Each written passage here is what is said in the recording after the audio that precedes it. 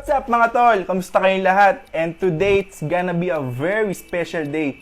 Kasi nga ngayon mga tol, may ipapakilala ko sa inyo, ang Kobe Disinfecting Foam. So mga tol, pag-uusapan natin ngayon kung para saan nga ba itong Kobe Disinfecting Foam at kung paano nga ba siya gamitin. Siyempre mga tol, kailangan natin yan sa mga helmet natin. So mga tol, ano nga ba mga kailangan natin sa paggamit ng Kobe Disinfecting Foam? So syempre, una kailangan natin ng helmet. Pangalawa, kailangan natin ng basahan o tuyong damit na hindi na ginagamit.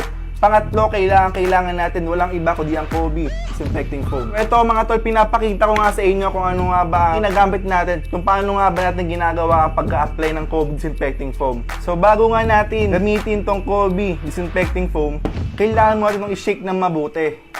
So ngayon, pinapakita ko sa inyo na ini-spray ko na sa loob ng helmet natin ang Kobe Disinfecting Foam.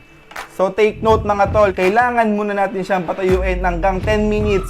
So after nyo lagyan, punasan natin to ng tuyong basahan mga tol o mga hindi ginagamit na damit. Ngayon naman mga tol, pinapakita ko naman sa inyo na ina-apply ko sa labas ng helmet natin to para magmukhang bago din ang ating helmet. Ngayon mga tol, kitang-kita nyo naman ang pinagbago ng mga helmet natin. Talaga naman mukhang bago at amoy bago. So itong Kobe Disinfecting Foam mga tol, naglalaman lamang ng 450 ml.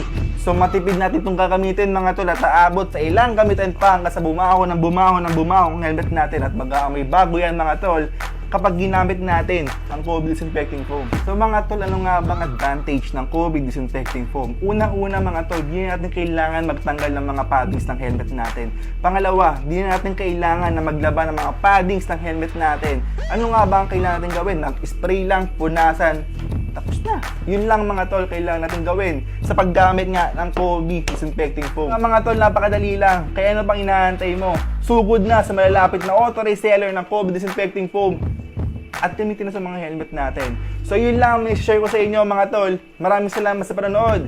See you sa next video.